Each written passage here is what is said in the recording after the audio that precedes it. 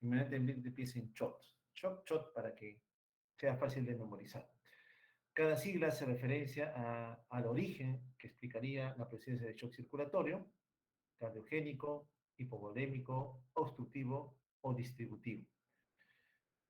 Hay otro shock más que lo comentaré algo al final, que es el shock disociativo. Eso es más a nivel celular. Pero vamos a hablar primero que nada de los cuatro grandes, ¿no? Cardiogénico, hipovolémico, obstructivo, distributivo. Como lo comenté, el cardiogénico hace referencia a un compromiso a nivel del corazón, el cual tiene algunas estructuras. Puede ser compromiso muscular por un infarto, pierdo masa muscular contráctil, es decir, se genera una causa mecánica por un infarto, el paciente puede ser shock, sí, un infarto lo lleva a shock cardiogénico. Por un desorden valvular, una valvulopatía puede llevar al paciente de shock también. O un trastorno en el sistema eléctrico, mi paciente con trastorno en la frecuencia cardíaca, incrementada o disminuida. Puede llevarme también al paciente shock. Entonces, esos eventos pueden explicarse con una causa cardiogénica. El hipovolémico baja la volemia. La cantidad de sangre circulante ha caído por alguna razón. Puede ser por pérdida de la misma o por una caída en el volumen plasmático, agua básicamente, por alguna condición, deshidratación, diarrea, tercer espacio, lo demás.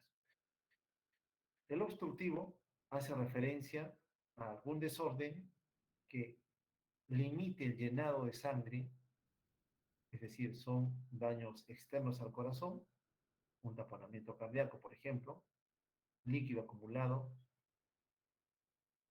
a nivel del espacio pericárdico, la presencia de un coágulo de sangre en el territorio vascular pulmonar, un émbolo, por ejemplo, que puede ser por coágulo, puede ser aéreo también, puede ser grasa también, sí, embolia aérea. Muchas personas, cirugía traumatológica o ahora estas cirugías estéticas, ¿no? Abdominoplastia movilizan la grasa y una porción de la grasa puede entrar al lecho vascular y llega a las cavidades derechas, ventrículo derecho, se mete a la circulación pulmonar y se detiene ahí, embolia grasa. Pero tenemos el antecedente, ¿no? ¿Qué cirugía le estaban haciendo para poder relacionar la causa? El otro es el neumotórax. Y en el distributivo, lo comenté en esa clase, por eso avanzo un poquito rápido. El distributivo que tiene varios tipos, ¿no? Varios tipos. A la cabeza, el shock séptico, el shock neurogénico, el shock anafiláctico, el shock adrenal, como los más representativos. Si hay dudas, lo comentamos también, según la pregunta que ustedes pueden hacer. Entonces, cuando uno piensa en shock, busca la causa, piensa en shock. Entonces, shock cardiogénico, la bomba, un electrocardiograma, tendrá algún infarto en curso, veo o escucho al paciente, tendrá algún soplo que me diga hay alguna valvulopatía y lógicamente mido su pulso, ¿no? 180 frecuencia cardíaca demasiado incrementado. ¿Eso puede ser causa de shock? Sí, señor, puede ser la causa de shock. Controlamos la taquiarritmia, el paciente normotensa. Excelente. Hipovolémico. Mi paciente viene vomitando sangre, una hemorragia digestiva, o viene defecando sangre, orinando sangre, o expectoración con la tos de contenido hemático. O de repente post-trauma, como le decía, ¿no? Una fractura expuesta y está emanando sangre. O quizás la sangre está contenida, un traumatismo torácico cerrado, pero ha ocasionado acumulación de sangre en el espacio pleural, o en la cavidad abdominal, o a nivel pélvico, a nivel de fémur. El shock distributivo, lógicamente, acá hablamos de una infección que origina y condiciona una afección a nivel de la perfusión por la interacción entre el sistema de defensa y el patógeno que nos está agrediendo. El neurogénico hemos visto en la mañana, veíamos que a cada lado de la columna vertebral, disculpen que lo dibuje también, esta es nuestra columna, tenemos una cadena de nervios, la cadena simpática, derecha-izquierda. Trauma cervical, seccionamos la cadena simpática. Por tanto, a nivel periférico, donde están los vasos sanguíneos, no llegan las catecolaminas, porque el simpático no tiene cómo llegar. Shock neurogénico. El shock anafiláctico, cuando alguna sustancia vasoactiva se libera en toda la economía y condiciona que todos los vasos respondan, pero con una relajación importante, cae la presión arterial. El otro es el adrenal, cuando a nivel de la corteza adrenal no producimos una hormona importante en cantidad suficiente que es el cortisol, la cual sensibiliza a las catecolaminas cuando la célula expresa mayor cantidad de receptores para ella. Entonces, estos son diferentes tipos de shock, diferentes escenarios clínicos que van a llevar a que el paciente pueda tener eso. Si recordamos el primer caso, ¿no? Estaban operando al paciente, cirugía de abdomen, un proceso con vísceras abdominales, quizás una infección. Yo diría, podría tratarse de un shock distributivo de tipo séptico, pero también podría ser que el paciente estaba recibiendo drogas a una cantidad mayor a la habitual y estas han causado una depresión cardiocirculatoria. Por eso detuvieron la infección de las drogas. O quizás producto de la cirugía cortaron un vaso y está que sangre y sangre y sangre y sangre y se desangra en poco tiempo. Lógicamente el paciente desarrolla un shock hipovolémico en poco tiempo. O producto de la pérdida de sangre, producto del estrés, es un paciente anciano, el corazón ya no puede trabajar más y ahí salta la demanda y se infarta. Entonces, son muchas razones que en ese momento surgen en mi cabeza para tratar de explicar la causa del shock, que finalmente termina en un paro. Entonces, nosotros tenemos que ser bastante ordenados en tratar de reconocer al shock con sus diferentes entidades que lo predisponen en su aparición para poder entender finalmente cómo es que llegó a desencadenarse como tal. Al shock cardiogénico, hipovolémico y obstructivo se les conoce también como shock hipodinámico. La bomba cardíaca, cuando uno la ve, se mueve torpemente. No es un movimiento sincrónico, armonioso, toda la bomba se contrae para expulsar un volumen de sangre, no. Shock cardiogénico, hipovolémico y obstructivo. Notan una bomba que es un movimiento algo torpe, lento. En cambio, en el shock distributivo es un shock hiperdinámico. La bomba está que se mueve en forma acelerada, se contrae uniformemente, está respondiendo al estrés. Así es el shock distributivo, por eso se llama también shock hiperdinámico. Esto ya lo vimos, es fácil cuando nosotros monitorizamos a un paciente y la presión está en 85-50. El profesional de la salud dice, este paciente está en shock. Y la otra profesional dice, sí, pero ¿qué tipo de shock? El otro responde, ¿será cardiogénico, obstructivo, distributivo, hipovolémico? Entonces, cada vez que usted ve a un paciente hipotenso con señales de hipoperfusión, usted dice shock circulatorio. Mi trabajo rápidamente es decir cuál de todos los tipos fisiopatológicos tendría que estar detrás de este evento. Les pongo este ejemplo, ¿ya? Otra vez vamos al escenario clínico. Esta es una paciente mujer relativamente joven, digo, porque yo tengo 50, todavía estoy por ahí, 56 años de edad, quien cursa con un cuadro de tos húmeda, está con tos. Esta tos es productiva, es decir, logra expectorar. Y lo que expectora es contenido mucoso purulento. Este proceso está presente desde hace 3 días. Ahora agrega mareo y disnea, sensación de falta de aire a medianos esfuerzos. Camina un poco y ya se agita, se cansa, le falta el aire. Bueno, uno por la primera parte acá diría tos, la expectoración es purulenta, ahora tiene dificultad respiratoria. Yo digo, el órgano que aquí está comprometido para mí es el pulmón, porque ahí empieza un proceso y agrega un signo de riesgo que es la disnea. Cuando la examina, la paciente está en mal estado general y lo que llama la atención es su presión arterial, 70-50. Su frecuencia cardíaca, 110 por minuto. Su saturación de oxígeno, 89% con aire ambiental. Su frecuencia respiratoria, 32 por minuto. Su temperatura, 39 grados centígrados. Hasta este momento, lo más llamativo para mí, esta paciente está hipotensa. Estará en shock, está taquicárdica, está febril, está respirando más rápido. Y a pesar de que respira más rápido, su saturación no supera el 90%. Entonces yo me estoy enfrentando a un paciente que tiene un daño pulmonar. De sospecha, tos con pus, infecciosa. Quizás es una neumonía, pero que ahora tiene compromiso hemodinámico, presión arterial 70-50. Le escuchan los pulmones y se logran auscultar movilización de líquido ahí, conocido como crepitanes. Eso lo van a aprender en semiología. Pero claramente el examen físico determina que sí, hay algo en los pulmones que tiene correlación con lo que antes se ha dicho. ¿Esta paciente tiene shock circulatorio? Si lo tiene, ¿de qué tipo? ¿Será su corazón cardiogénico, creen ustedes? Pero es relativamente joven. Y en el cardiogénico, bueno, habría dolor de pecho, ¿no? Esta paciente no tiene dolor de pecho. Su frecuencia cardíaca no está muy incrementada para empezar que sea rima, no la ocultan soplos. Perdón, cardiogénico, hipovolímico, obstructivo, distributivo. El cardiogénico parece que no. Hipovolémico, está perdiendo sangre, está con diarrea, está vomitando, algo que me diga que el líquido se está perdiendo. Por la historia comentada, no. Hipovolémico no parece. Obstructivo, ya me he dicho, taponamiento cardíaco. Cuando hay taponamiento cardíaco, líquido rodea al corazón y quiero escuchar los ruidos cardíacos, los ruidos están bien alejados, hipofonéticos. Pero acá no se describe esto. Cuando es un neumotórax, un hemitórax abomba más que el otro. El neumotórax es aire en el espacio pleural. Entonces, un hemitórax se va a inflar. No se describe esto.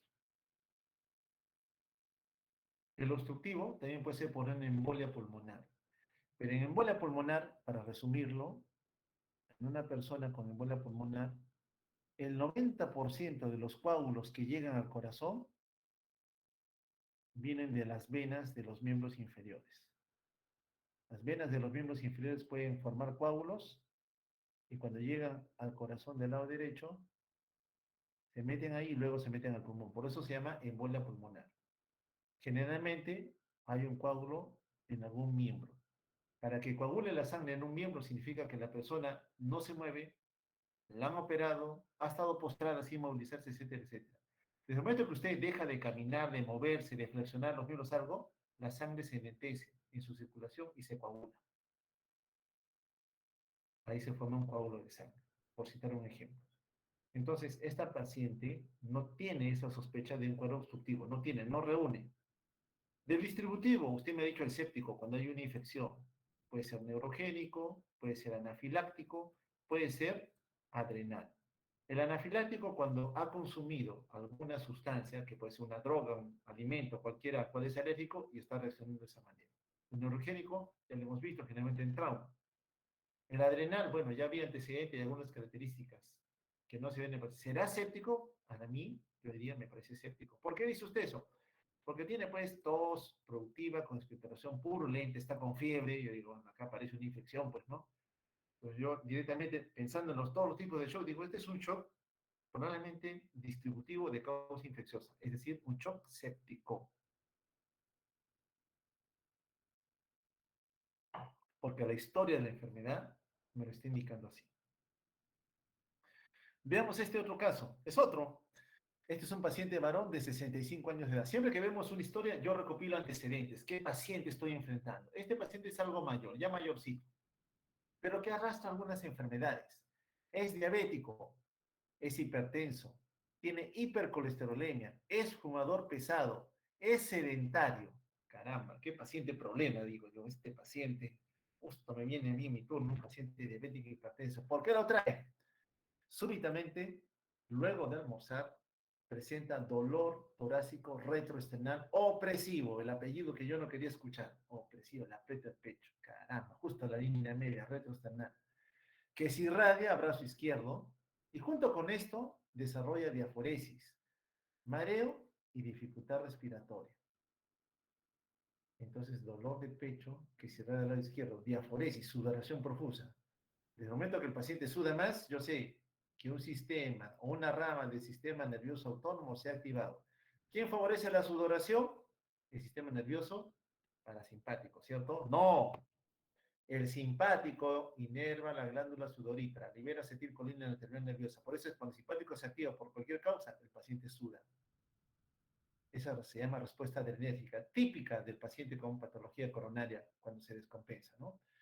Entonces, y agrega ahora dificultad respiratoria. Caramba, el pulmón también parece ser comprometido. A ver, ¿cómo viene? Monitorizan al paciente. Está despierto, mal estado general. La piel está fría y sudorosa. Tampoco quería escuchar esto. Fría.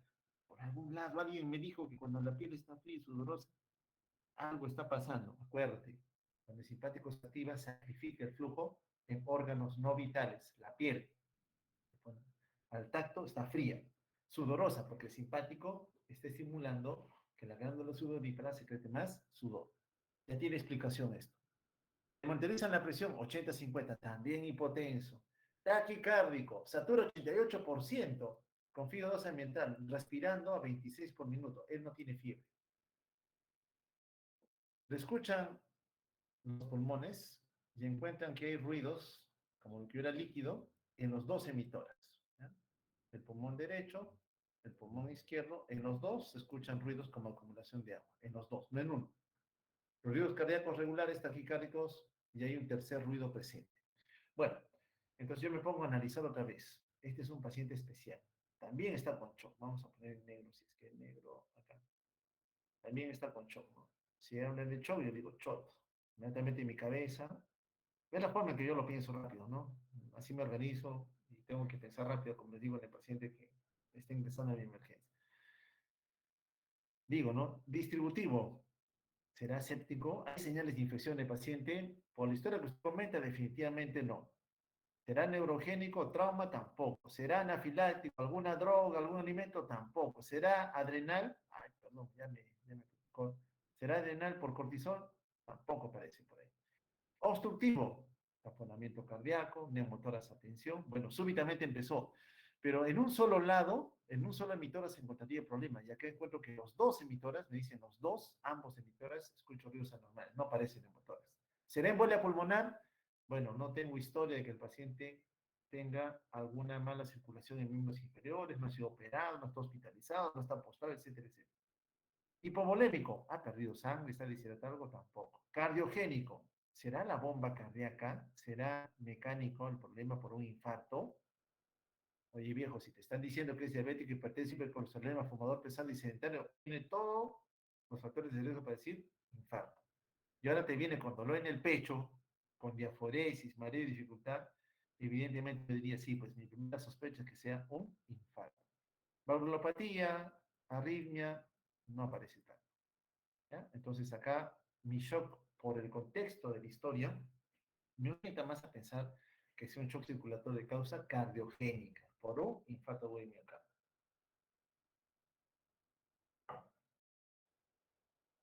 Sigamos acá. Este es otro caso. Esta es una paciente mujer de 52 años de edad, casi contemporánea conmigo. Tiene antecedente, todos tienen un antecedente y el antecedente siempre pesa, por eso cuando una entrevista recién a un paciente, pregúntele, ¿usted sufre alguna enfermedad por la cual esté en tratamiento? No me acuerdo, no tengo nada. Siempre pregunte, ¿usted toma algún medicamento regularmente? Sí, toma enalapril y toma glibenclamida. Oiga, eso es para hipertensión y diabetes. Ah, sí, sí, sí, soy hipertenso, soy diabético. El paciente se olvida. Tenemos que ser bastante astutos al momento de recopilar los datos de la enfermedad que lo trae a buscar ayuda. ¿Ok? Siempre buscar las enfermedades. No, no contentarnos con que diga, no padezco de nada.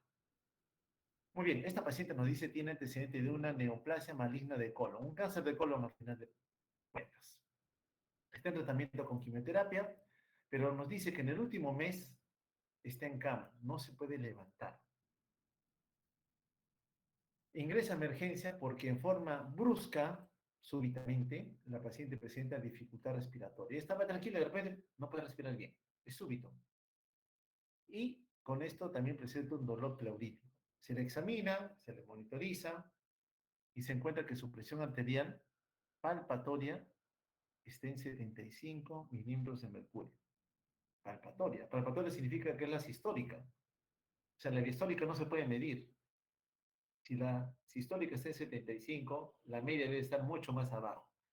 Entonces, cuando uno no encuentra la presión en forma normal, trata de ocultarla y no encuentra, ¿qué hacemos?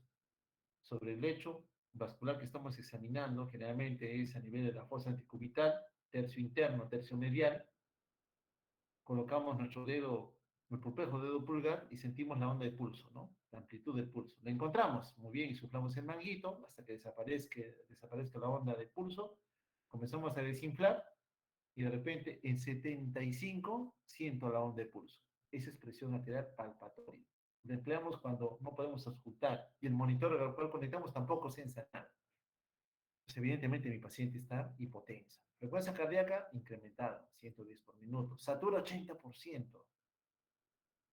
Recibiendo oxígeno, ni siquiera confío 0,21, está recibiendo oxígeno y está saturando 80%. Su frecuencia respiratoria 36 por minuto. No está con fiebre.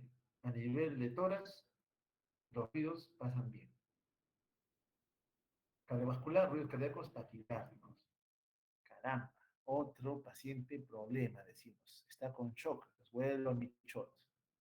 Hablar de shock es hablar de shock, ¿no? ¿Será cardiogénico?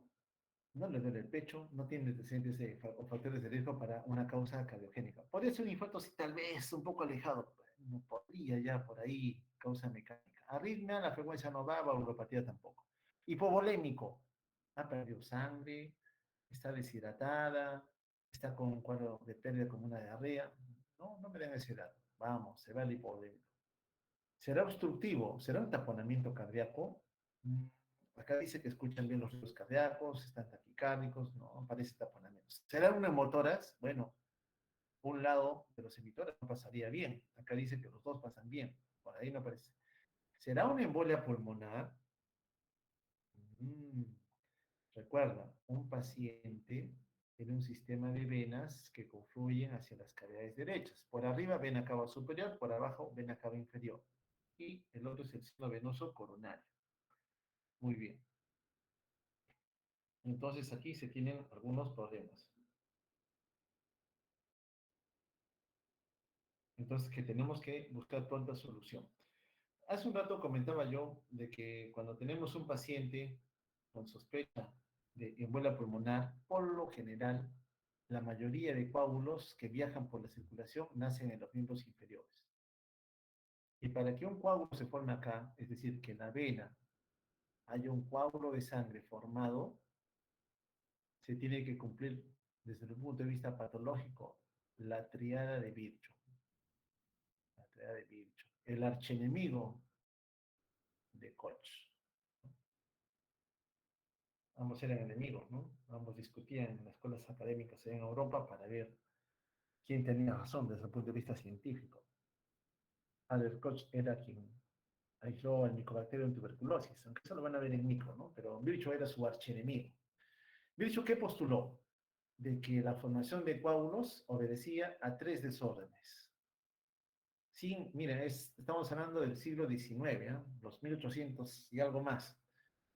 En primer lugar, éstasis sanguínea. ¿Qué significa? La sangre circula lento. ¿En qué casos? Cuando el paciente está postrado, no se mueve. Sangre circula lento, forma coágulos. El segundo evento, que el paciente tuviera un estado de hipercoagulabilidad, una tendencia en él a formar coágulos. Ya es un paciente patológico. Y el tercero, injuria endotelial. Una injuria en la superficie que mira los vasos sanguíneos, el endotelio. Eso lo postuló Virchow hace más de 200 años, sin tener la tecnología que hoy tenemos para definir trombosis venosa. Entonces, éstasis sanguínea, la paciente sí, pues es oncológica y no se mueve, está postrada, éstasis sanguínea. Un viaje largo en avión, estoy sentado 14 horas o estoy viajando en bus por Latinoamérica, estoy más de un día sentado, éstasis sanguínea. Puedes formar coágulos en los miembros inferiores. Te levantaste, te bajaste y súbitamente disnea, dolor torácico, embolia pulmonar. Hipercoagulabilidad. Los pacientes oncológicos tienen alta cantidad en sangre de factor tisular. ¿Y qué es el factor tisular? Es un factor de la coagulación que activa a la plaqueta, que una vez deformada se aglomera y recluta a otros factores para que formen un coágulo de sangre. Factor tisular. El paciente oncológico tiene altos niveles circulando de factor tisular. Entonces, ¿tiene un estado de hipercoagulabilidad? Sí. Bueno, la injuria endotelial, si es que hay injuria, ya sabemos que favorece la formación de un coágulo. Entonces, esta paciente, por la clínica, por la forma en que se genera trombosis, la van a ver un poco en lesión vascular. Lógicamente, sí tendría sospecha de que lo que está originando este problema es una embolia pulmonar. Una embolia pulmonar. Entonces, cada shock circulatorio obedece a diferentes causas. Quiere decir que se van a manejar también de manera diferente. Yo les pregunté, ¿a todo shock circulatorio le vamos a dar fluidos? No, no a todos. El hipovolémico ni quiere decir, si es hipovolémico, le falta volumen, dale agua, le da suero.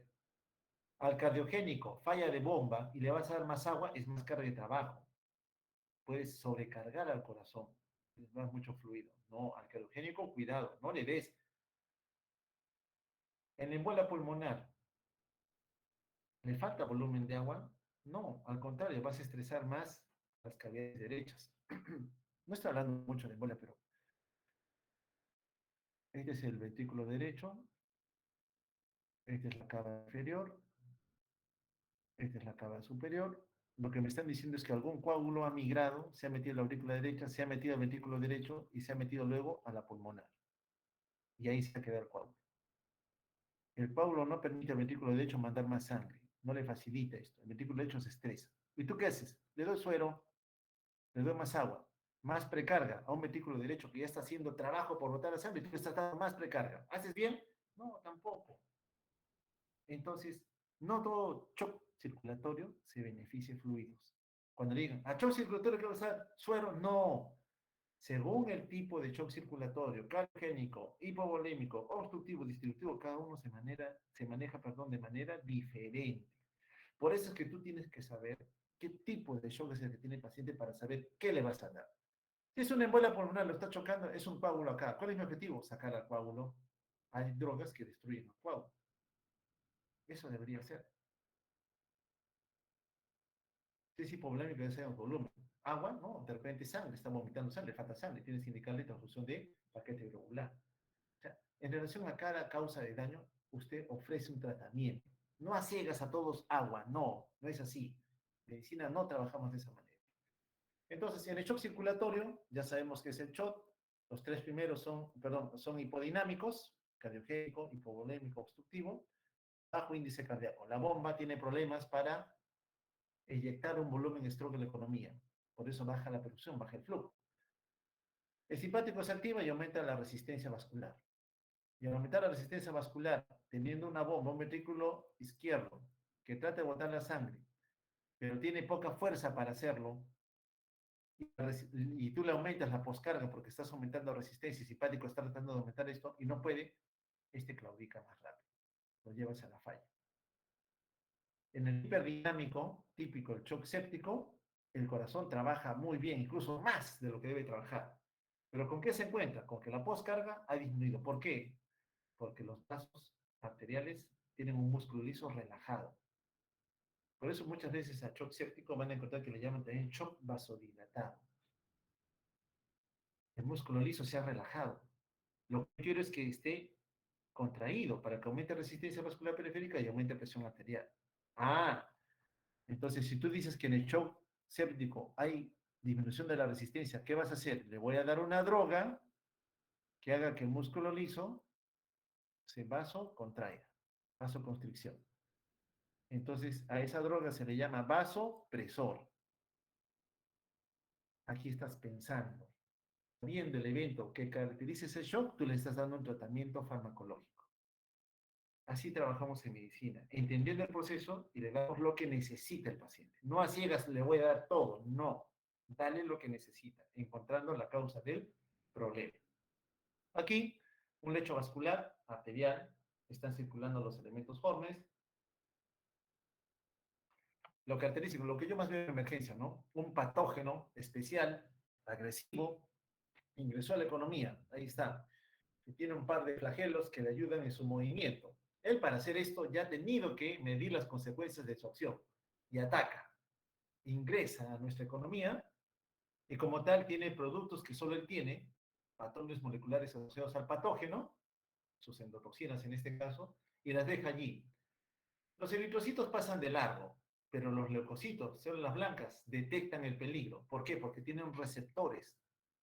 Detectado el peligro, van en su búsqueda. Pero estos productos que sintetizan para eliminar al germen, ¿qué le hacen al vaso? Mira el músculo liso. Lo relajan,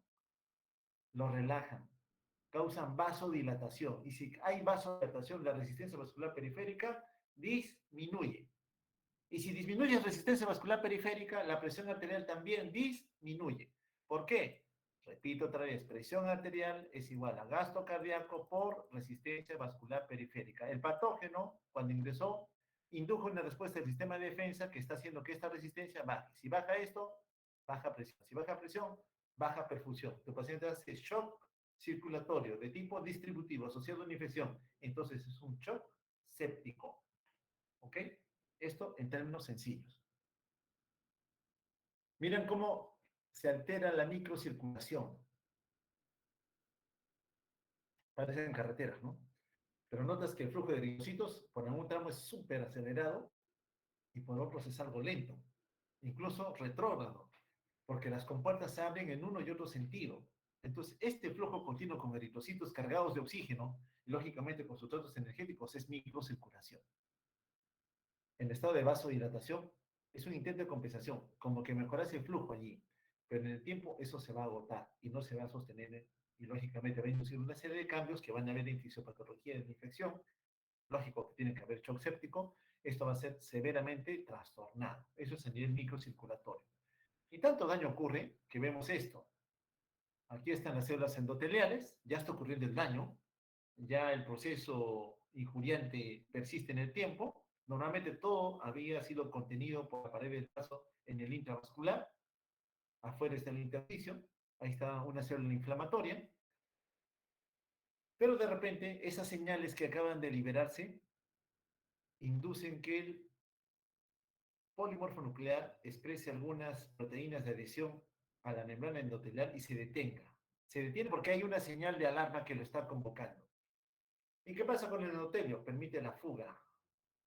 Y ahí comienzan a salir volumen de agua, elementos formes hacia el intersticio. Y el agua se acumula a nivel intersticial, fuera del vaso. Y tú le sigues pasando suero, intentando mejorar una presión arterial disminuida que ya sabes que se origina porque hay una disminución de la resistencia vascular periférica. Entonces, no siempre el suero va a ser la solución. Te puede ayudar un rato en este escenario de shock séptico, pero no va a ser que le das 1, 2, 3, 4, 5, 6 litros de suero y el paciente no mejora, sigue hipotenso. Lo estás sobrecargando de agua. En algún momento te tienes que detener y pensar qué está ocurriendo en el shock séptico para entender lo que puede ser como tratamiento. Bien, en el shock distributivo, que caracteriza el shock séptico, también conocido como shock hiperdinámico, ¿cuál es el problema? ¿Por qué se preocupa usted? Si es un shock séptico, usted me está diciendo que la bomba está trabajando bien, solo que a nivel vascular periférico ha disminuido la resistencia vascular periférica. Porque cuando el simpático se activa como un mecanismo de defensa ante ese factor de estrés, que en este caso es de tipo infecciosa, mal distribuye el flujo de sangre. Hemos visto, el simpático se activa para defender. Sí, pero tiene preferidos, unos órganos más que otros. Entonces, como bien dice la figura, a unos les da más, a otros les quita. Eso es el simpático. Sacrifica flujo. ¿Y a quiénes le sacrifica el flujo? Bueno, normalmente la sangre en un individuo normal alimenta diferentes tejidos, muchos de ellos viscerales, que cumplen una tarea. En el escenario de estrés, cayó la presión arterial acá, disminuyó la presión arterial. Es una situación de estrés. El simpático detectó el peligro porque tiene sus chismosos periféricos que le dicen ha bajado la presión de perfusión. El simpático libera todos sus neurotransmisores, catecolaminas, buscan al lecho vascular visceral, el que diga las vísceras, los contrae, intensa vasoconstricción. Y como contrae ese lecho vascular, disminuye el flujo de sangre para estas vísceras. Si el factor de estrés no es muy agresivo, baja el flujo en algo, con la capacidad de que puede todavía recuperarse posteriormente. Todavía tiene una chance. Un ratito te va a bajar el flujo, pero regreso en un momento para traerte lo que necesitas. Pero si el factor de estrés es fuerte, es intenso, el flujo disminuye mucho más. A veces tanto, el simpático está súper activado, que ya no permite nada del flujo a nivel visceral. Pasado un tiempo, una hora, el paciente ya está muerto. Rest in peace, ¿no? Descansa en paz. Ya murió. El simpático, por defendernos, sí me ayudó, pero te está diciendo, doctor, le doy una horita para que usted investigue qué me está pasando y me pueda ayudar en ese tiempo. Pero si tú no detectas que está taquicárdico, está taquipneico, está diaforético, es porque está respondiendo al estrés. No lo detectas, pero ahora ya sabes que eso lo puede presentar, puedes inducir que el paciente pueda morir. Cuando el simpático se activa, el lecho vascular Él dice, voy a cerrar con puertas aquellos tejidos donde no se necesita, que son sacrificables, favoreciendo el flujo corriente arriba a los órganos vitales. Al inicio, cerebro, corazón y músculo esquelético. ¿Por qué músculo esquelético? Van a decir ustedes. Porque ancestralmente, cuando nuestro ancestro común salía a cazar, no solamente tenía que garantizar el simpático flujo en el corazón y cerebro, sino también al músculo esquelético, porque con él conseguía que esté fuerte para pelear o para correr. Bueno, entonces el simpático se activa, va cerrando con puertas, ¿no? Sacrifico piel, sacrifico vísceras, etcétera, etcétera, hasta que finalmente noto esto. Miren, esto es piel marmórea. Esto es piel marmórea. ¿Ven ese tono en la piel? Entra el paciente hipotenso, piel fría, sudorosa, y veo este color en la piel. Yo digo, caramba, este es un shock circulatorio a toda la piel marmórea. Cuando lo filmo, veo un miembro, miren cómo está ese color de la piel, veo el otro igualito. ¿Qué hacemos? Buscamos la causa, parece infeccioso ya, fluidos, antibióticos, vasopresores, vamos empezando, y a la media hora, a la hora, este tono desaparece y la piel se aclara. Ese cambio en el color de la piel, en el aspecto, donde regresa a la normalidad, para mí es buena señal, es variable clínica. Quizás acá su lactato esté en 4 o 5. Si lo tuviera un control cuando está la piel de color normal, quizás el lactato estaría en 2 o en 1. Este hallazgo clínico me ayuda a determinar que el simpático se ha activado tanto que está produciendo vasoconstricción a nivel de la piel. Bien, ¿cómo progresa el shock? De aquí voy a correr rápido, amigos, para que no se aburran. ¿Cómo progresa el shock? Bueno, primero que nada, identificación. Mi sistema de defensa simpático se activa. ¿Qué hace él? Redirecciona el flujo. Sacrifico el flujo. Ahora los no vitales hacia los vitales. Esta es la respuesta simpática. Hemos visto que el hipotálamo, la neurohipófisis también reconocen señales que vienen de la periferia, trabajan con el tronco cerebral. Entonces, de aquí se libera arginina vasopresina. El simpático también estimula el sistema renina-angiotensina-aldosterona, con el fin de tratar de utilizar otras herramientas de respuesta ante el estrés. Lamentablemente, esta intensa vasoconstricción a nivel sistémico perjudica en algún momento la perfusión coronaria, es decir, el corazón a la larga, a pesar de que para él se intentó reducir el flujo, también se va a comprometer, también van a haber problemas, también van a haber problemas. Ya en la fase terminal, tú dejaste que el shock evolucione, no te diste cuenta que el simpático te estaba pidiendo auxilio y no lo identificaste, porque recuerda que es agotable, se agota, ocurre la disfunción vasomotora, ya el tono arterial se pierde, ya antes se contraía, ahora ya no se contrae, sigue relajado, el paciente ya no responde y se muere, se muere. En el shock séptico es prominente el rol de los mediadores inflamatorios. En el shock séptico hay una respuesta de mi sistema de defensa exagerada. Mi sistema inmune responde más allá de lo que debería responder, demasiado. En lugar de ayudar me causa desarreglos. Por eso es que en el shock séptico, estos medidores inflamatorios inducen relajación del vaso, por eso baja resistencia vascular periférica y aumento del gasto cardíaco, estimulan mayor fuerza contráctil. Estos dos son los hallazgos de shock hiperdinámico, shock séptico, pero se deben a la respuesta inflamatoria.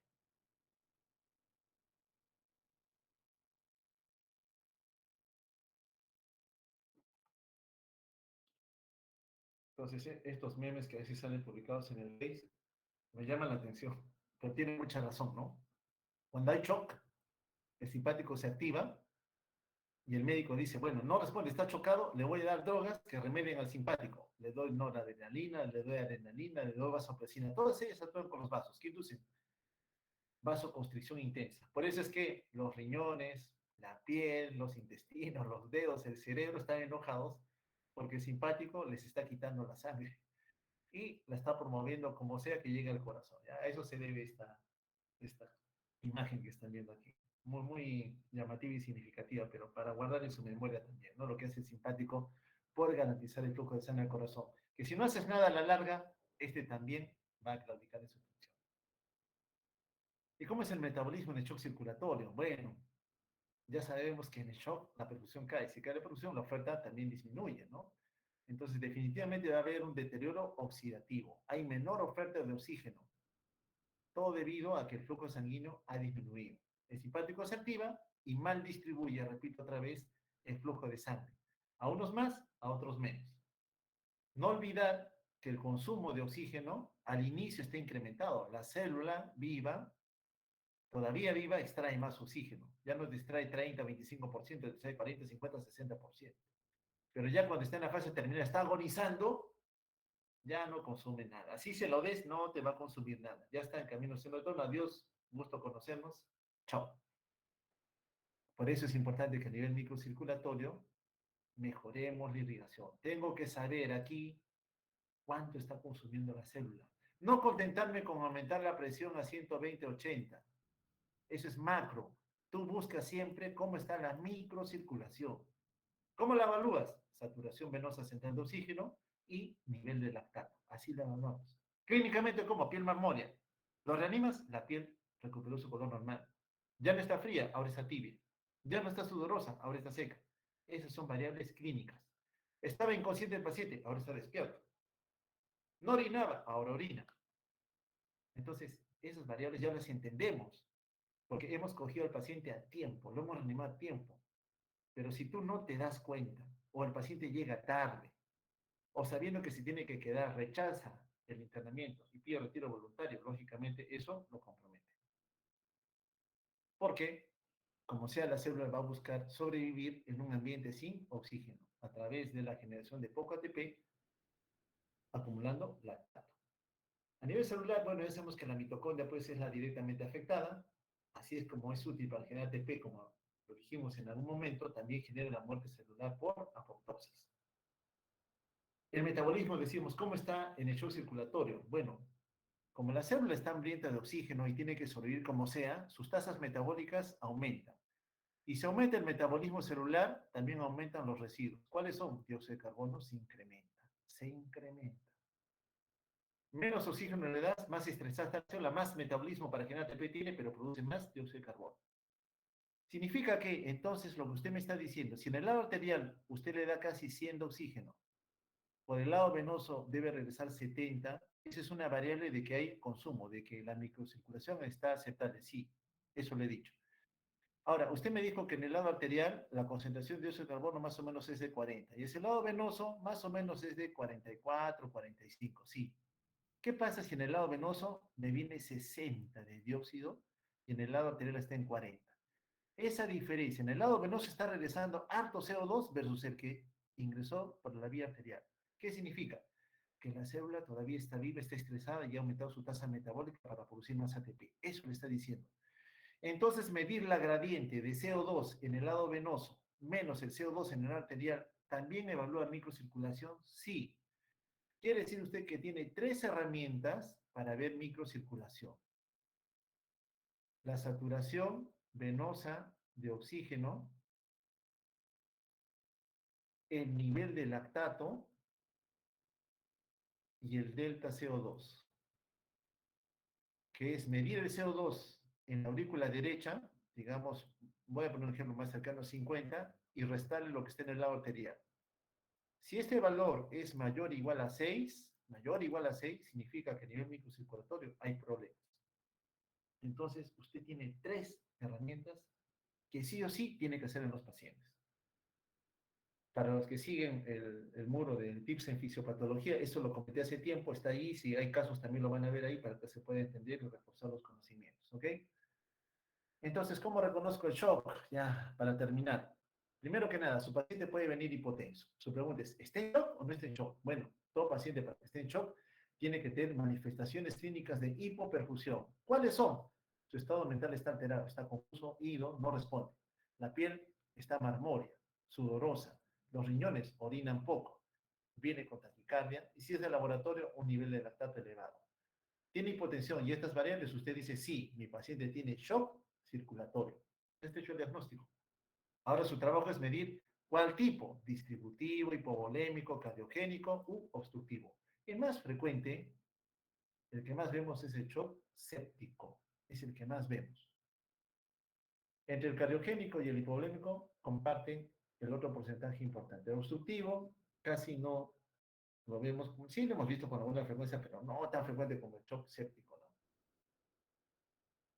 Bueno, ¿por qué es importante entender esto del shock de la hipoperfusión? Ya nos quedan pocas diapos. En el escenario de una infección, por ejemplo, un microorganismo ingresa con herramientas para atacarnos, mi sistema inmune lo reconoce y como lo reconoce, libera mediadores de la inflamación. que estimulan una respuesta inflamatoria exagerada, mucha respuesta inflamatoria, demasiado a lo que se necesita.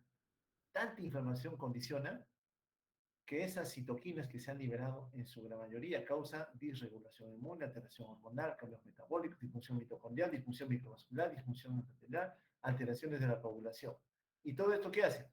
Favorece la aparición de falla multiorgánica.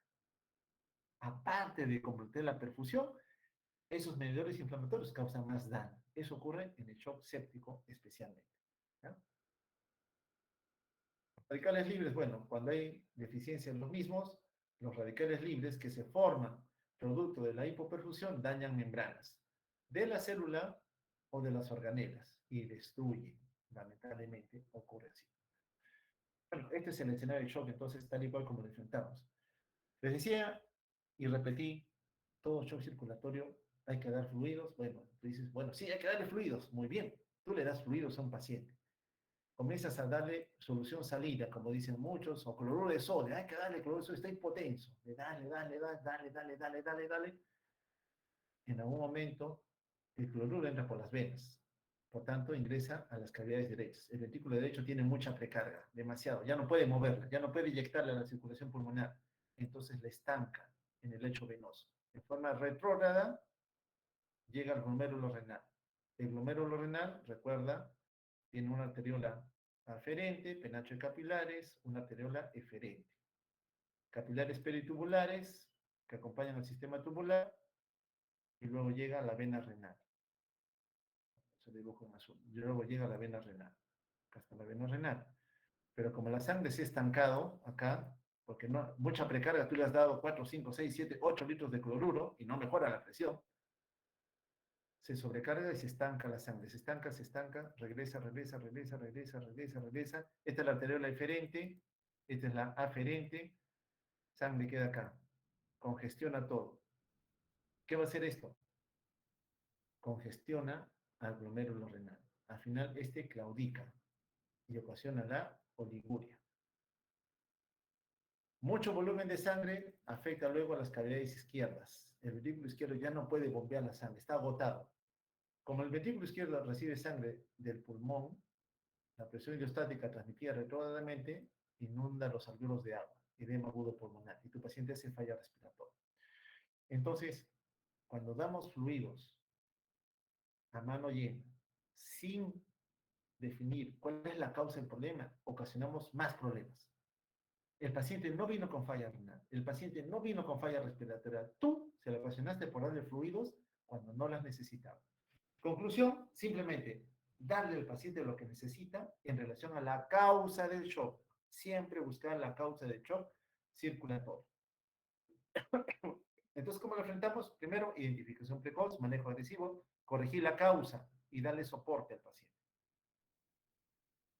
Siempre identificar los estados de hipoperfusión, estabilizar al paciente y restaurar la irrigación en la economía. Les pongo un ejemplo, ¿no? Este paciente, hace años lo vimos. Cuando lo veo, activación simpática, está taquicárdico, está taquipneico, y aún con taquipnia no satura bien, 89%, eso está mal. Usted me ha dicho el 90% para abajo, peligro. Su presión arterial, 88, está baja. Hasta el monitor sabe que está mal el paciente. Bueno, usted ve al paciente, primero lo estabiliza, y cuando estabiliza, usted cumple el A, B, C. Vía aérea, ventilación y después circulación. Entonces, ¿qué tengo que hacer? Intubar al paciente. Lo intubamos. Miren cómo estaba, el marmoria. Ya estaba en shock. Me acuerdo de mi formulita, voy avanzando. Ya intubé al paciente. El primer objetivo, vía aérea y ventilación. Está con 99%. Entonces, mi paciente, con soporte ventilatorio, ya está mejor. Sí, has mejorado oferta de oxígeno, pero la presión es inadecuada. Recuerda que cuando tú evalúas delivery de oxígeno, por eso acá en la formulita pusimos delivery de oxígeno, yo digo, mi paciente está mal, está con una saturación disminuida, está con hipotensión arterial. Yo me guío de libre de oxígeno. Voy a trabajar con gasto cardíaco y contenido arterial. Contenido arterial ya sé que es oxígeno unido a la hemoglobina. Pero esto depende de quién, del pulmoncito. Entonces, como sé que este paciente solito no oxigena, lo intubo, lo conecto a un ventilador y garantizo la oferta de oxígeno. Lógicamente con una buena hemoglobina. Primer objetivo entonces, saturar los sitios de unión de la hemoglobina para el oxígeno. Eso lo hemos conseguido, repito. Su saturación ya está bien, pero sigue hipotenso. Está hipotenso, está en la zona de peligro. Estoy preocupado todavía. Bueno, usted mejoró un parámetro, pero falta el otro, gasto cardíaco. ¿Ya? Usted ahora tiene que mejorar gasto cardíaco. Bueno, ya está tu gasto cardíaco. Le mejoramos presión arterial. No solamente he trabajado con el contenido arterial de oxígeno, sino que también aquí estoy mejorando gasto cardíaco. ¿Cómo hizo? Fácil, le di vasopresores, norepinefrina y vasopresina. Farmacología. El paciente ya no necesitaba tanto fluido. Lo que ahora necesitaba, porque es shock séptico, vaso relajado, quiero contraer el vaso. Estoy usando drogas que son vasopresoras. Así conseguí estabilizar al paciente. Todo es conocimiento. Su conocimiento va a tener poder de decisión. Tienen que hacer las cosas bien. Y acá le hacemos la ecocardio. Miren ese ventrículo izquierdo. Se mueve mal. Se mueve mal ese ventrículo izquierdo. Es un poquinético. La parte del ápice no se mueve. Ya tiene una causa mecánica. O sea, también aquí hay shock cardiogénico. Este es un shock obstructivo por un neumotórax, por ejemplo. Todo lo que ven acá, aire. Este es aire. ¿Y qué está haciendo? Está empujando al intestino hacia el lado contralateral. No deja el corazón llenarse bien de sangre. Por eso ocasiona un shock obstructivo. Un paciente con trauma torácico, un tórax bamboleante, que no se ve ahí. Un paciente con taponamiento cardíaco, lo que está pintado de blanco es el corazón, y lo que está ahí en gris es líquido, junto con derrame pleural. Ese es un taponamiento cardíaco. Aquí está el corazón, y lo que ven en gris aquí es líquido. No deja que el corazón se llene de sangre, no deja que haya una precarga, que tenga luego el corazón que bombear la economía. Eso es un shock obstructivo. Miren acá en esta eco, lo negro es líquido, acá está el corazón moviéndose. Por eso el ecógrafo nos ayuda mucho. Ventrículo derecho, ventrículo izquierdo. Miren, todo eso es líquido. Mi paciente está chocada, hipotensa, porque el líquido no deja llenar bien la sangre en el ventrículo derecho. Y el ventrículo derecho le da sangre al ventrículo izquierdo luego. Si el ventrículo derecho está claudicado, está aplastado, está colapsado, no va a bombear bien la sangre. Entonces, si el líquido está ocasionando el problema, ¿cuál es la solución para ese shock? Sacarle el líquido, hacerle una pericardio y empieza. Entonces, parece relativamente sencillo, sí, pues, porque mi objetivo siempre es asegurar un equilibrio oferta-demanda, como bien dice aquí, oferta-demanda. Entonces, darle oxígeno, mejorar la hemoglobina si está en falla, mejorar la bomba si está en falla, para que finalmente llegue a las células diana que puedan utilizar el oxígeno y con esto medirlo también en el lado derecho para ver si hay o no equilibrio a nivel microcirculatorio. Usted siempre debe fijarse en esto. Microcirculación. No mejorar presión arterial 120-80. Porque cuando usted está hablando de eso, ese es macrocirculatorio. Usted tiene que guiarse en esto. ¿Cómo lo hace? Repito otra vez. ¿Cuánto de saturación tiene el lado venoso? ¿Cuánto el lactato tiene? ¿Cuál es la diferencia entre el CO2 del lado venoso versus el CO2 del lado arterial? Mayor o igual a 6, hay problemas en la microcirculación. ¿Ok? Microcirculación. Acá rato lo repetimos. Microcirculación. El lactato ya sabemos, mal augurio. Más lactato tiene el paciente. Empezó con 2, sube a 4, sube a 6, sube a 8. ¿Cuánto sobrevive? Llega a 10, 0 supervivencia. El paciente se muere. Entonces, en términos filosóficos, el shock para nosotros en medicina es una transición entre la vida y la muerte. Entre la vida y la muerte. El paciente tiene alto riesgo de morir. Tiene alto riesgo de morir. ¿No? Y lean este mensaje rápidamente.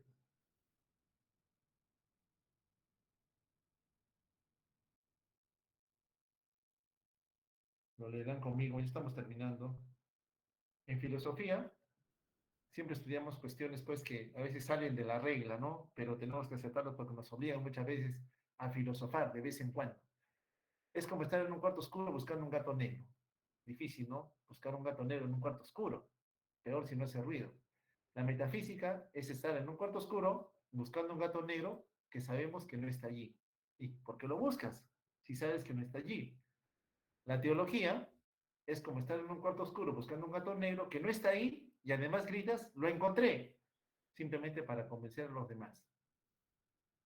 Y la ciencia, nosotros en medicina, es encender la luz para ver qué demonios hay en el cuerpo. Es cierto, nosotros tenemos que tener medicina basada en evidencia. Tengo que ver la causa, ver la respuesta. No contentarme con conseguir simplemente que aumentó la presión arterial, ver qué está sucediendo a nivel del órgano blanco que yo quiero proteger, que en este caso es la célula. ¿Ok? Con esto termino. Un paciente lo que sufre en un escenario de shock circulatorio. Bien, amigos, disculpen por la demora en presentarles esta revisión.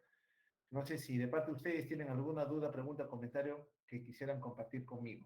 Ya algunos nos han abandonado, entiendo que ha estado pesada la clase. Doctor, buenas tardes. Tengo una pregunta. Sí, Gonzalo, dime. ¿Se puede ver que un paciente tenga dos tipos de shock o siempre va a ser Sí, solo uno? sí. Shock mixto le llamamos, ¿no? Shock circulatorio mixto. Nos ocurre, ¿no? En la sepsis, por ejemplo, las citoquinas que se liberan, sobre todo el factor necrosis tumoral, es cardiodepresor, deprime la función contráctil, debilita el miocardiocito. Entonces, si lo debilita a bajas contractilidad, ese escenario es compatible con un shock cardiogénico. En la sepsis vemos mucho de shock distributivo, vasodilatado, con un componente cardíaco. Inclusive, en la sepsis misma, la liberación de esas citoquinas favorece fuga de líquido hacia el intersticio. O sea, se genera una hipovolemia relativa. Entonces, también tiene de un shock hipovolémico. Entonces, sí vemos un escenario en un solo paciente en donde dos tipos de shock se van sobreponiendo. Lógico es que uno de ellos domine el escenario y con él es con quien tenemos que trabajar más. Pero es cierto lo que tú estás comentando. Doctor, tengo otra pregunta. Sí, Eh, en el caso eso del tipo de shock obstructivo, usted dijo que había la embolia pulmonar, ¿no? Que el coágulo se va no, hacia el la arteria. distributivo no es embolia, es No, obstructivo. obstructivo, sí. Se va hacia la arteria pulmonar y ahí se queda. Pero ese coágulo se puede quedar en otras partes, o sea, pensamos como en miembros inferiores, tiene que ir por la vena cava inferior. ¿Ese coágulo se puede quedar ahí o capaz en las aurículas derechas o ventrículos derechos? Ya.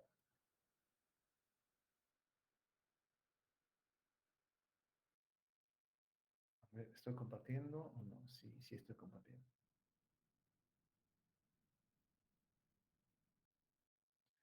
Normalmente, un coágulo que se produce en algún lugar de la economía se forma y como tal, en algún momento se puede organizar y llegar a desaparecer. Pero en tanto haya flujo de sangre, la sangre fluye, puede desprender parte del coágulo y liberar un émbolo, o sea, la parte del coágulo que se desprende se conoce como émbolo de menor tamaño, para que acompañe la circulación. Sea de miembros inferiores, sea de miembros superiores, existe ese riesgo. Yo puedo encontrar un paciente con un coágulo en las piernas, pero no ha hecho embolia pulmonar todavía. ¿Voy a esperar que haga la embolia? No, le doy tratamiento con el fin de estabilizar el coágulo y esperar que en algún momento este coágulo desaparezca, buscando lógicamente qué enfermedad indujo la aparición del coágulo. Hay enfermedades y enfermedades. Dependiendo de cada una de ellas, yo determinaré cuánto tiempo lo voy a tratar. Paciente oncológico, por ejemplo, voy a darle un tratamiento prolongado, quién sabe toda su vida, porque tiene predisposición ya para formar ese coágulo. Versus otros pacientes, de repente un paciente con una cirugía de cadera, le han colocado una prótesis, esa paciente no se va a mover un mes, 2 meses, 3 meses, quieta, ya está inmovilizada, riesgo de formar coágulos. En tanto esté inmóvil el miembro, va a tener que estar anticoagulado. Eso es para prevenir. Pero cuando ya desarrolla el proceso, en lo que tú me comentabas, en algún momento ese coágulo de sangre, voy a tratar de dibujar a los dos corazones, lado derecho, interauricular, acá hacia el lado izquierdo, ventrículo izquierdo, mayor tamaño, ¿ok? Ya, del ventrículo derecho sabemos que nace la arteria pulmonar, emite sus ramas, ¿no? Hacia el lado derecho y hacia el lado izquierdo. Entonces, sea de miembros inferiores, vena cava inferior, sea de miembros superiores, vena cava superior, el coágulo va a llegar a las cavidades derechas. Si es que se ha desprendido, si es que está ahí, tú le das tratamiento antes de que se desprenda para bajar el riesgo de embolia. Pero a veces sucede que el paciente ni se dio cuenta y te viene de frente con embolia pulmonar. ¿Qué ocurrió? El coágulo migró, llegó a la aurícula, de la aurícula por su tamaño pasó al ventrículo y del ventrículo sale al tronco de la pulmonar. Según el tamaño del émbolo, podría quedarse en el tronco o podría, por su tamaño más pequeño, migrar a alguna de las ramas. O quién sabe, viajar un poco más distante y estancarse allí. Mientras más cerca esté del ventrículo derecho, es decir, en el tronco, por ejemplo, más sintomático va a ser el paciente. ¿Por qué? Porque este ventrículo derecho tiene poca masa muscular. ¿Por qué? Porque él trabaja con un sistema vascular de baja resistencia. La presión en el lado derecho es la 10ª parte de la que genera el lado izquierdo. Pero si tú le aumentas la resistencia, porque aquí adentro hay un coágulo, hazte cuenta que hay un corte acá, tienes el vaso, tienes su pared, y acá tienes un coágulo que está obstruyendo la luz. Lógicamente, cuando el ventrículo derecho trate de eyectar un volumen stroke, va a encontrarse con que la luz del vaso ha disminuido. La resistencia vascular pulmonar, no periférica, en la arteria pulmonar, se ha incrementado. Entonces, ¿qué hace el ventrículo derecho? Entra en estrés, se estresa, porque dice, yo no puedo, no estoy preparado para vencer esa resistencia. Lamentablemente, la sangre sigue regresando, precarga, sigue regresando. Y el ventrículo derecho, con más sangre, se dilata y sigue con problemas para inyectar la sangre. Tanto se dilata que luego hay una regurgitación, un regreso a la aurícula derecha, una insuficiencia anticuspídea. Eso es un cuerpo pulmonar agudo, ¿no? Secundario en embolia pulmonar en un individuo que ha presentado este evento de forma catastrófica. Entonces, el coágulo en el lecho vascular pulmonar debería detenerse en cualquier lado. Más cercano está al ventrículo, tronco o a sus ramas principales, más sintomático va a ser. Más lejos está, menos sintomático, un poquito de dolor en el pecho, algo de taquicardia, pero después pasa. Ha hecho una embolia pulmonar. Generalmente me llamaban en la madrugada, me acuerdo de sala de traumatología, esa viejita con operada de cadera se ha puesto mal, de repente dice que ya no puede respirar. Al escuchar los pulmones, el murmullo pasaba bien, pulmón aireado, pero un ratito. La función respiratoria se va a mantener siempre y cuando usted mantenga el equilibrio ventilación, alveolo ventilado, perfusión. Cuando yo escucho pulmones, digo pulmones limpios, usted está diciendo que el pulmón está ventilado, pero no me está diciendo que esté perfundido, porque la embolia es un vaso que tiene un coágulo que no permite que la sangre fluya. Entonces se rompió el equilibrio ventilación-perfusión. Eso ocurre en estos vasitos pequeños. Entonces el paciente me llamaba, ¿no? Seguía taquicardia, un poquito de taquimia, le tomaba su gasometría y, bueno, no encontraba mayor desarrollo. Un pequeño desarrollo, pero no significativo. Lo más probable es que haya hecho una embolia pulmonar, pero a nivel periférico. Porque si hubiera sido acá cerquita del tronco, rápidamente claudican, hipotensa. Son embolias pulmonares de alto riesgo. ¿Alto riesgo de qué? De complicaciones. ¿Ok? Eso ocurre en el escenario normal. Pero, dado que usted me ha hecho la pregunta, a una más, a veces ocurre, vamos a buscar un corazón un poquito más grande, acá, ventrículo derecho, septum, ventrículo izquierdo, la mitral. Ya sabemos que un coágulo de sangre ha venido de algún lugar, cava inferior, cama superior, la cosa es que hay un coágulo. Llegó a la aurícula, y justamente en la aurícula este paciente, ¿qué había tenido? Una comunicación interauricular, una CIA. Y el coagulito que estaba acá pasó al lado izquierdo. Es decir, bypassó entrar la circulación pulmonar por esta válvula. Entra al ventrículo izquierdo, se halla con la aorta, disculpen que le dije de azul, entra el émbolo aquí, se va por el tronco carotidio, llega a la cerebral media, infarta cerebro. Infartó cerebro. ¿Cómo? Una trombosis venosa llega a la circulación arterial.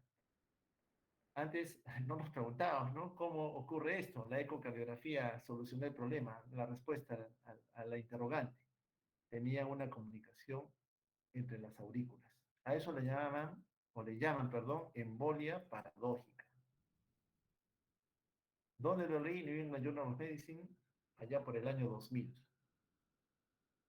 Siempre lean bonito, es interesante. Entonces, esa era la causa de esa embolia paradójica. Que un coágulo del lado venoso, ¿cómo pasó al lado arterial? No debería haberse detenido la circulación pulmonar.